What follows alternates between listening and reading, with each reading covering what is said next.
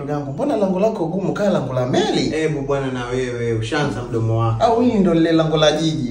Feel at home basi. Feel at home, jisikie upo nyumbani. Ngoja nikuchukulie kitu na upate kuchangamsha mdomo. Sawa shoga yangu, nitashukuru. Na mdomo sio kwa kuongea tu ujue na kula. Naje hapo. Feel at home, jisikie upo nyumbani. Mambo mazuri umeyaona? Mama. Zo. Upo wapi? Nipo huko chooni naoga. Jamani. Zo. Shoga yangu, vipi tena kwema kuoga chooni kwangu? Wakati kuna choo cha wageni na unajua shoga yangu.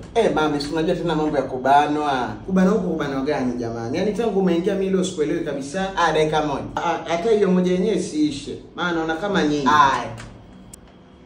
Ufanye haraka jamani.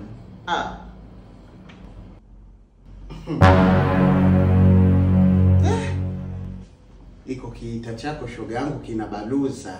Maana sio kwa vimaji vya moto vile. Kama vimepikwa kwenye kijiko cha kuni.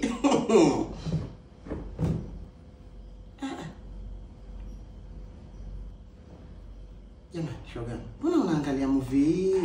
Kuna movie kibao huko nzuri. Kimovie hicho vipi?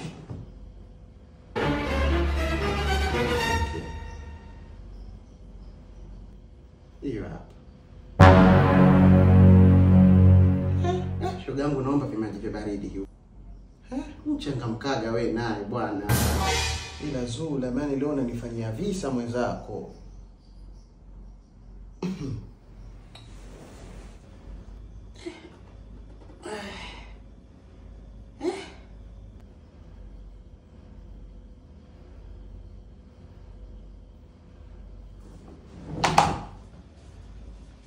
Yaani maana leo unajua kunikomesha Zula.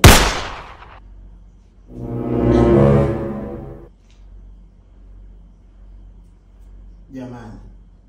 Huyu mtu kaenda wapi? Sina nimemwacha hapa. Zu. Upo wapi? Nipo huko chumbani. Jamani Zu, wewe. Zu shoga yangu, mbona mambo ya vitandani tena jamani? Mbona mchezo na kitanda shoga yangu? Mbona leo kama umepanga kunikomesha? Shoga yangu sio kwa ubaya.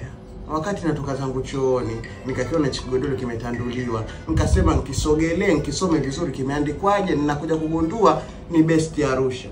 Na kila siku nalisifia kwamba Best Arusha aliumizi mgongo, Best Arusha ukiamka mambo yako yanakuwa bol. Ndio nimekuja na mimi kidogo niangalie je yaliomo yamo, nimegundua yaliomo yamo. Na pia ulisema ni feel at home. Ndio hivyo shoga yangu, hapa ninajimoya moyo. Sleeping stale mami. Nakupa mgongo.